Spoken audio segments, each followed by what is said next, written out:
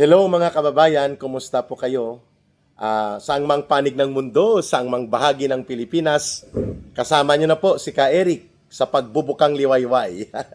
Makikita po ninyo ang background ni Ka Eric ay sunrise. Yung orientation po ng maliit na balkonahe na pinagawa ni Langging, no, dito sa aming bahay ay naka-east orientation siya, kaya nakaharap siya sa sunrise, no. Maganda po ang kanyang direksyon at ang kanyang pagharap na ito sa pagbubukang liwayway, no. Tuwing umaga pag nandito ako kinalangging sa aking pamilya, nakikita po namin itong pagbubukang liwayway o sunrise. Yan po ang ating inaasam-asam na mangyayari at magaganap sa nalalapit na panahon sa ating paligid, sa ating bansa, sa ating buong lipunan. Kaya nga, yung awitin na kay sarap mabuhay sa sariling bayan, kung walang alipin at may kalayaan, ang bayang sinisiil bukas ay babangon din, ang silangay pupula sa timyas ng paglaya. Yun po ang mga classic resistance and protest songs ng ating mga kababayan, at yan ay naging very popular sa paglaban sa diktadura at pasistang martial law at paghaharing militar at mga pananakop ng madilim na panahon sa panahon ng diktadura ng martial law, no? Napakaganda ng ating orientation. Ang pagbubukang liwayway ay nalalapit na, lalo na po sa pagkamulat at pagkilos ng sambayanang Pilipino. Yan ang ating pupuntuhan sa video analysis na ito ni Ka Eric. Patungkol ito sa lantaran at garapalan na pagmaniobra nila Itbulaga Tutasen Senator Soto. Ang haba ng description niya, no?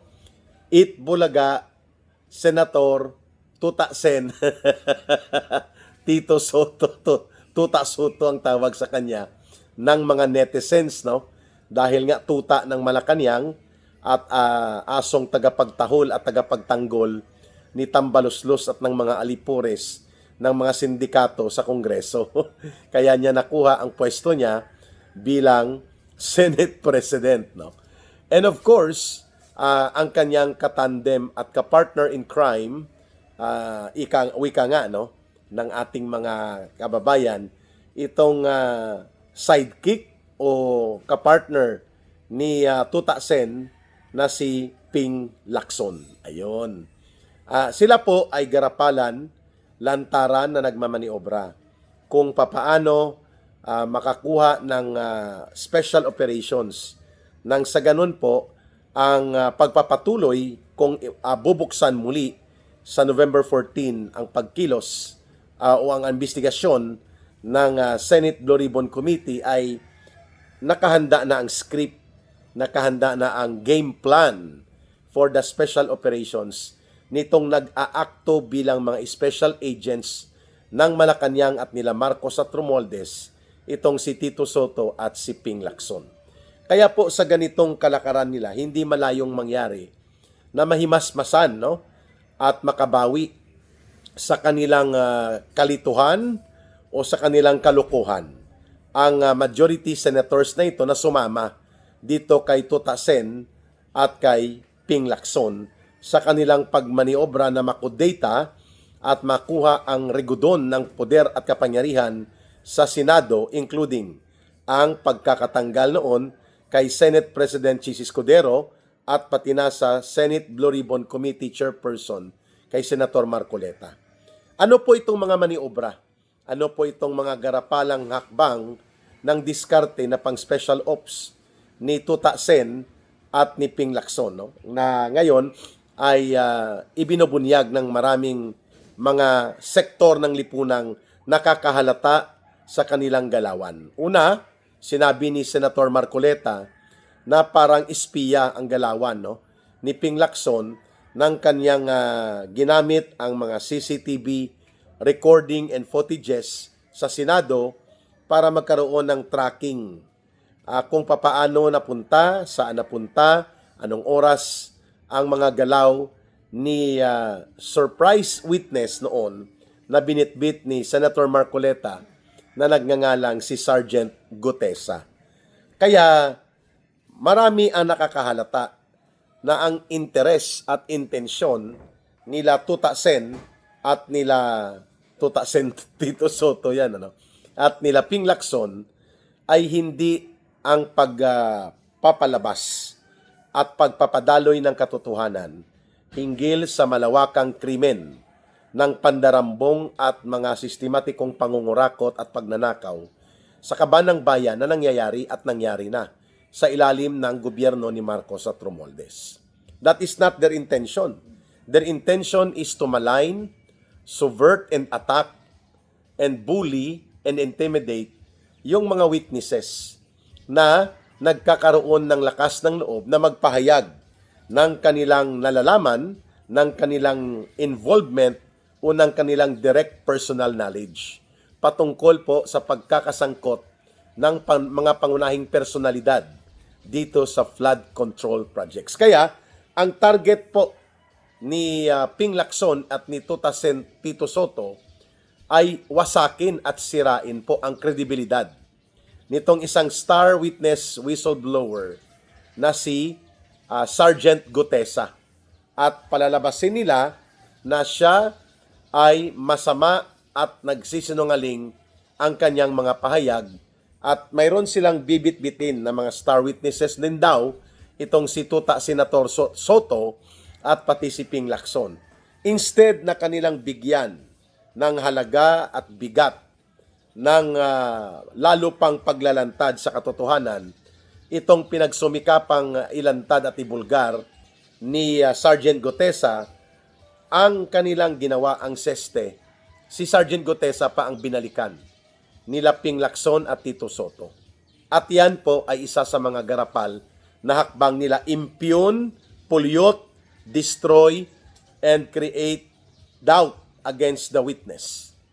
At ganon din po ang ginagawa ngayon nila Tito Soto matapos pinangalanan initially ng mag-asawang supercontractors na ito na konektado kay Marcos at kay Romualdez, ang Diskaya couple, ay hindi na nila pinayagan pa na maipaliwanag at mabigyan pa ng mga detalye ang joint affidavit o yung sinumpaang salaysay ng mag-asawang Diskaya.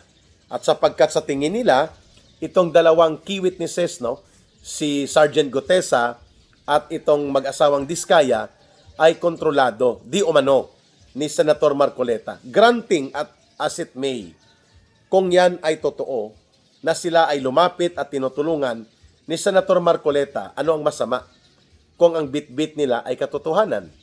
It does not matter so much kung sino ang handler. What matters most ay kung ano ang mensahe, ano ang nilalaman at ano ang bigat ng kanilang nalalaman at ang kanilang hawak na mga impormasyon. Regardless kung hawak ito ni Rapi Tulfo, ni Erwin Tulfo, ni Lito Lapid o ni Senator Marcoleta, that is secondary. Granting, for the purpose of discussion, mali at baluktot po ang estilo ni Ping Lacson at ni Tuta Sen Tito Soto na atakihin, masamain at palabasin na coached o tinuturuan lamang ng ilang vested political personalities like Senator Marcoleta ang mga paglalantad at inihahayag ng Diskaya couple at nila Sergeant Gutesa. At kaya nga pati ang notarial signature ng abogada na binawi daw niya at hindi niya sinasabi ang pagtanggap na siya ay nag-notarize o ang kanilang law office ay nag-facilitate ng notarial services para kay Sergeant Gutesa. Ang binabanggit ngayon ni dating Congressman Mike Defensor na ito ay pakana ni Romualdez, nila Saldico at ng administrasyon na atakihin, wasakin ang pagkatao ni Sergeant Gutesa. In fact, pagkatapos ng revelations ni Sergeant Gutesa, ay nagsagawa kaagad ng massive troll operations attack ang mga bayarang keyboard and social media zombies nila Marcos at nila Romualdez at Saldico. Inatake ng todo-todo si Sergeant Gutesa, si Senator Marcoleta at lahat ng mga sumusuporta sa paglalantad nila Sergeant Gutesang ginawa nung siya ay lumapit kay na dating Congressman Mike Defensor at kay Senator Marcoleta. Siguro hindi bababa araw-araw sa mahigit 200 trolls ang nag-ooperate para intrigahin, magpasabog ng mga malisyusong fake news at mga panglilitong impormasyon at intriga malisya laban kay Sergeant Gutesa at dito kay Senator Marcoleta. At pinupunduhan yan ng gobyerno ni Marcos at nila Romualdez, malamang katas ng baha pa yan. So garapalan talaga itong gimmick nila Tito Soto at nila Ping Lacson at hindi na po nila itinatago na sila ay acting in behalf of the interests of Marcos and Romualdez for a cover-up at the Senate using the so-called Senate Blue Ribbon Committee. So, tinapyas na nila at winawasak na ni Ping Lacson at ni Tito Soto ang mga testimonya ng mag-asawang Diskaya. Minaliit na nila ito at hindi na binigyan ng pagkakataon na mailahad pa ang malawak na mga pagsasalaysay nila. At pinalabas na ito ay mga sinungaling at pakawala ng mga pro-Duterte na mga political groups or senators aligned to the Duterte political camp. At kaya hindi na nila binigyang pansin o anumang bigat ang salaysay at mga detalye ng impormasyong inilalahad o nais pang mailahad ng mag-asawang Diskaya. Pangalawa, ito din po ngayon ang ginagawa nila kay Sergeant Gutesa. Binubuhusan ng pondo, binubuhusan ng special operations ang nakakabahala at nakakagalit ginagamin ni Tito Soto at ni Ping Lacson ang kanilang posisyon at kapangyarihan sa Senado upang sakyan ang mga maitim na balak at masamang hakbang na ginagawa ng gobyerno ni Marcos upang wasakin ang pagkatao nito ni Sergeant Gutesa and even upang idiin ng tudo sila at pati na kasama ang mag-asawang Diskaya.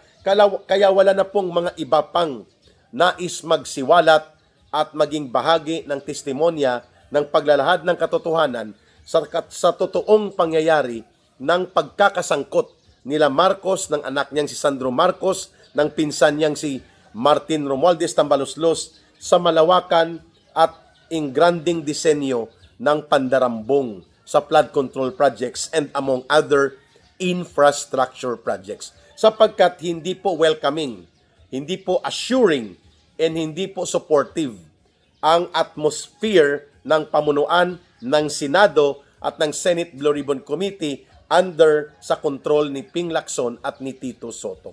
That is the reason na tinatawag po sila ng mga acting as special agents in behalf of Marcos Jr., of Martin Romualdez, and the interests of Marcos na tabun-tabunan, ilihis, at i-manipulate ang criminal trails na nagdudugtong sa pananagutang kriminal nila Marcos at Romualdez doon sa pagsambulat nitong pandarambong at pangungulimbat sa kaban ng bayan, known as the crime of the century, the over 1 trillion pesos plunder of flood control projects. Ayan!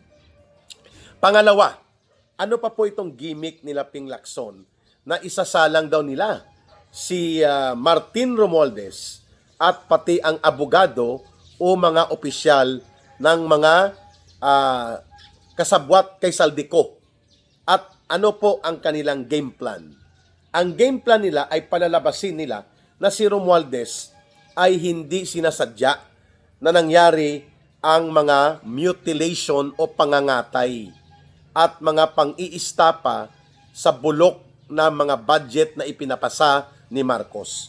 As if Martin Romualdez was acting on principle of presumed regularity na hindi niya alam na siya ay sinisindikato or ang other term, tinuturutot ni Saldico. No? Masama po ang word na turutot. Kaya kapag ikaw ay niloko ng asawa mo, ang biruan yan sa mga colloquial na tungkol sa mga pinagtataksilan ng kanilang partner ay na Chicago. Kasi ang bandang Chicago ay mayroon pong instrument ng turutot. Naturutot ni Saldico, si Martin Romualdez, mukhang si Martin Romualdez ang mangtuturutot, hindi si Saldico. O kaya pareho silang manunurutot, kasabwat si Marcos, no?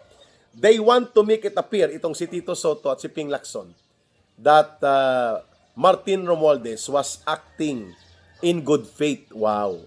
In good faith, kung bakit pinayagan niya at binigyan ng leeway at malaking elbow room si Saldico para magmaniobra sa budget. No. Ang principle na i-apply dapat yan ay hindi good faith and presumed doctrine of regular actions, but rather ang doctrine dyan ay respondeat superior. Ang ibig sabihin ng respondeat superior, command, responsibility. It also and must also apply to Marcos. It applies and must apply to Marcos, lalo na itong tinatawag na respondeat superior or command responsibility. Kaya, may ini-expect po tayo na sa darating na November 14, ang gimmick nila, palalabasin nila si Martin Romualdez sa Senate Blue Ribbon Committee na nagsasabi na nagkulang ako sa aking pag-supervise sa mga naganap na ito at dahil dyan, ako po ay nananawagan na tulungan nyo kami na mapanagot ang mga kagaya ng mga ginawa nila Saldico ng taga-DPWH at iba pa. Yan po ay gimmick. Hindi po yan katanggap-tanggap at hindi natin dapat paniwalaan yan because the chief architect, the principal author, and the main orchestrator sa pagkakaroon ng isang malawakang sindikatong operation na pwedeng dambungin at durubuhin at kulimbatin ang pondo at kaba ng bayan at ang budget design na yan ay disenyo nila Martin Romualdez. At yan ay inaaprubahan at pinipirmahan ni Marcos para maging batas in spite of the early warnings na ibinibigay sa kanya. Ang una nag-warning sa kanya dyan ay mismo ang mga ahensya ng gobyerno na nagugulat sila bakit may mga pumapasok na hundreds of billions of pesos sa kanilang agencies of government na hindi nakaprograma at hindi na itakda doon sa NEP, National Expenditures Program. Pero pinapalusot ni Marcos in the guise na ito ay Congressional Amendment Initiative. Ngunit yan po ay disenyo mismo ni Marcos, ni Romualdez at ni Saldico, and of course sa likod niyan ang consultant nila malamang hindi malayo ang kanyang asawa na si Lisa Araneta Marcos. Okay? Pangalawa, maliban po dyan sa command responsibility na dapat ay panagutan ni Marcos at Romualdez ang mga nangyaring ito, hindi rin po pwede na mag-aktong less guilty or not so guilty itong si Romualdez. Sapagkat ang totoo po, sila talaga ang nag-execute nito. In fact, nang hindi pa sumasabog ang pagkakabulgar nitong sindikato nila sa flood control projects, ay nagmamayabang si Marcos, si Romualdez at si Saldico at ang grupo ng kanilang sindikato, every time umikot sila, namumudmod sila ng billions of pesos. Pati sa military, they attempted to bribe the military leadership and other commanders, no, sa pag-ikot nila sa mga division command ng Philippine Army. At ito po, makikita natin that Martin Romualdez was acting when he was the Speaker of the House in full control and in full knowledge sapagkat hindi ka makakapagpa-release at hindi ka makakakuha ng mga isiningit, ipinarking, isinagasa na mga pondo na umaabot sa 1 trilyon kung hindi ka mangangayupapa at luluhod kay Martin Romualdez at i-clear mo yan ang mga proyekto at mga pondo na gusto mong gamitin doon sa kanyang asawa na si Yeda Romualdez na naging chairman or chairperson ng House Committee on Accounts. Parang budget officer nila yan, ano? Ang asawa ni Martin Romualdez, kaya nagkaroon ng mini conjugal dictatorship si Romualdez nang sa loob ng 3 taon halos sa loob ng House of Representatives. Asawa niya ang nagkokontrol ng pondo at doon dumadaan ang clearing. At the same time, si Martin Romualdez ang nagbibigay ng approval.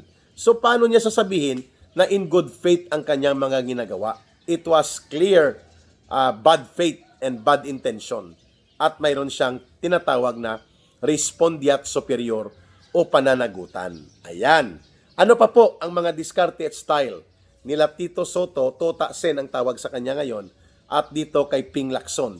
Nais nilang ipalabas na ang mga witnesses na binibitbit ng mga personalidad na sympathetic or nakalinyada sa Duterte political group ay mga destabilizers at hindi nila intensyon na tumulong para maipalabas ang katotohanan.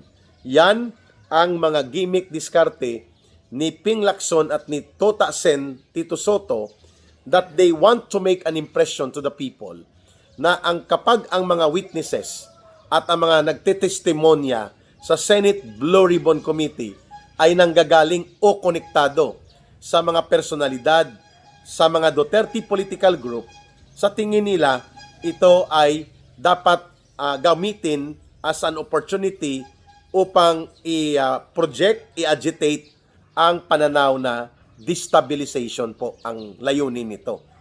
Kaya ito ay baluktot na pananaw. Itong gimmick ni Ping Lacson na pa-resign sa Senate Blue Ribbon Committee, gimmick lang po yon, drama-dramahan niya lang yon, sapagkat muntik nang mabiyak ang kanilang majority block. Nang pumalag sila Senator J.B. Ejercito at Senator Sherwin Gatchalian sa garapalang pagtatabon-tabon at maniobra na isinasagawa nila Tito Soto at nila Ping Lacson. Kaya minabuti at minadali nila Tito Soto na magkaroon ng break noong November 7, wala ng sesyon at nasuspindi pa ang supposedly schedule ng Senate Blue Ribbon Committee para magkaroon ng second round of revelations at iba pang mga kasama posible na lalantad ni Sergeant Gutesa. And humingi na rin po ng pahintulot ang Diskaya couple na ang kanilang sinumpaang salaysay ay mabigyan pa ng karagdagang detalye at impormasyon sa paglalahad sa Senate Blue Ribbon Committee. Lahat ng ito po pinatigil at minaniobra nila Tota Sen, Tito Soto at nila Ping Lacson by declaring a temporary break sa Senado at yun nga mga kababayan, mga isang buwan o mahigit almost more than 3 weeks na naka-break ang Senado noong October hanggang November 10. So mga October, I think 15, ay wala na pong sesyon o activity sa Senado, lalo na sa Senate Blue Ribbon Committee. And it was intended for 2 purposes. Ma-abort at mailihis nila Tito Soto at Ping Lacson ang possibility of jumping ship na magkaroon ng panibagong Senate Majority Block kung natuloy na nagkaroon pa ng sesyon at pagtitipon ang mga senador. Kaya minabuti niya na palamigin at i-die down ang momentum ng possibility of a challenge sa kanyang pamunuan sa Senado. At ngayon, nang kumalma-kalma after 2 weeks ang gimmick at drama ni Ping Lacson na siya ay nag-resign o ayaw ng mamuno ng Senate Blue Ribbon Committee, biglang pihit ngayon, sila na naman ang nagmamaniobra. To the point na kinakalkal nila pati ang mga CCTV footages sa Senado at kanilang ipinapakita na orchestrated ni Senator Marcoleta at ng mga kaalyado nila na konektado o linyado sa mga Duterte ang pagkakaroon ng isang Sergeant Gutesa. Kaya kung ako naman ay gustong tumulong din, for example, mayroon akong direct personal knowledge dahil kasama ako ni Sergeant Gutesa doon sa mga ginawang paghahakot at pagdi-deliver ng mga mali-maletang laman ay limpak-limpak na salapi, cash, na ang pinanggalingan most likely ay itong dinorobo na mga budget ng mga sinindikato at pondo na nagmaniobra sila Romualdez at Saldico. Kung ako ay may intensyon pang tumulong sa gobyerno at magbigay ng salaysay ko, mag-aalangan ako kung pati pala ang mga CCTV camera sa Senado at iba pa, posible may mga baka may mga listening device o kaya mga bugging device ang tawag yan sa intelligence gadgets na yan na nakakabit upang i-monitor ang mga conversation sa opisina ng mga senador na aligned kay Pangulong Duterte. Pareho ni Senator Bato de la Rosa, Senator Bongo, Senator Marcoleta at iba pa. Hindi malayo na yan ay gawin nila Ping Lacson at nila Tuta Sen sapagkat they are now exposing themselves as lantarang mga ahente ng Malacanang at mismo nila Marcos at Romualdez for the main purpose, cover up everything so that the investigation trail and the criminal accountability will be cut off mula kay Romualdez at kay Marcos. Bahala na kung idiin ang ilang mga personalidad like si Bunuan ng DPWH, medyo pinipitik-pitik nila, nakakasuhan daw. Si Saldico, ididiin na nila. And of course, pati po ang iba pang mga personalidad selectively na tinatarget ni Marcos at Romualdez basta maiwas lang sa kanila at pati kay Sandro Marcos. Ayan. Kaya, nararapat lamang na magmatyag ang taong bayan. And we're happy na kung November 14 ay mayroon pong Senate Blue Ribbon Committee Resumption of Investigation, mayroon namang pagkilos ang Iglesia ni Cristo. Initially, we have received information that the targeted dates are November 16, November 17, and November 18. But we are yet about to receive ng public announcement na opisyal na manggagaling sa Iglesia ni Cristo, ano ang araw, kailan at saan ito gagawin. Pero we have already received a lot of information na luneta ang target ng Iglesia ni Cristo and open to public participation and other sectoral groups na gustong sumama, basta wag lang gamitin ang okasyon ng pagtitipon nila laban sa katiwalian at panawagan para sa tinatawag na transparency, honesty, and accountability in government. Na nakita ng Iglesia ni Cristo, talagang lugmok na lugmok ang naturang mga values and principles of leadership sa loob ng gobyerno ni Marcos sa kasalukuyan. Yung usapin ng transparency, honesty, and accountability. Ayun. Kaya sana po magtuloy-tuloy ito sapagkat by November 30 ay magkakaroon ng panibago at muling pagkilos na naman. Nationwide, malakihang rally para tuligsain hindi lamang ang korupsyon at pandarambong as an act, but rather mayroon ng panawagan na managot dapat ang mga mastermind at mga sangkot dito at hindi pwedeng walang pananagutan ang mga kriminal na mandarambong na nagkaroon ng pakinabang ng limpak-limpak na salapi mula po dito sa flood control projects na dinambong nila. At tabayanan po natin sapagkat i-discuss din ni Ka Eric in the next video upload ang kalunos-lunos na nangyari sa mahigit 10 lugar sa Cebu na halos nilunod ng baha dulot ng malakas na bagyong Typhoon Tino. Subalit, instead na mag-focus ang gobyerno dito ni Marcos for relief, support, rehabilitation, and disaster impact mitigation, nandun sila nakapokus sa pagkalkal ng sinasabi nilang involvement ng mga Davao-related projects sa flood control at infrastructure projects na may issue din daw ng korupsyon. At sumama pa ito dito doon sa kanila si Mayor Magalong. Akala natin dumidistansya ka sa kabulukan at sa sumisingaw at umalingasaw na baho ng iskandalo ng korupsyon at pandarambong ni Marcos at ni Romualdez. O ba't nandyan ka kasama sa grupong siya din ang bumuo upang i-cover up ang naturang mga krimen nila? Pag-usapan na rin natin yan in the next video analysis and video talakayan ni Ka Eric. At sa lahat ng gustong tumulong sa ating paghahanda for People's Movement sa Bangon Sambayanan, ang ating line of support ay 0916-308-7710. Uulitin ko po 0916-308-7710 at yan po ay GCash line and line of support through kay Rohilda Celis, kay Langging. Mahalin natin ang bansang Pilipinas. Walang ibang magmamahal nito, kundi tayo ring mga Pilipino. Para sa Diyos at sa Pilipinas nating mahal. May God bless everyone, and may Allah will be with those who are Muslim brothers and sisters. Bye for now. See you again with Ka Eric. Maraming salamat. Mabuhay!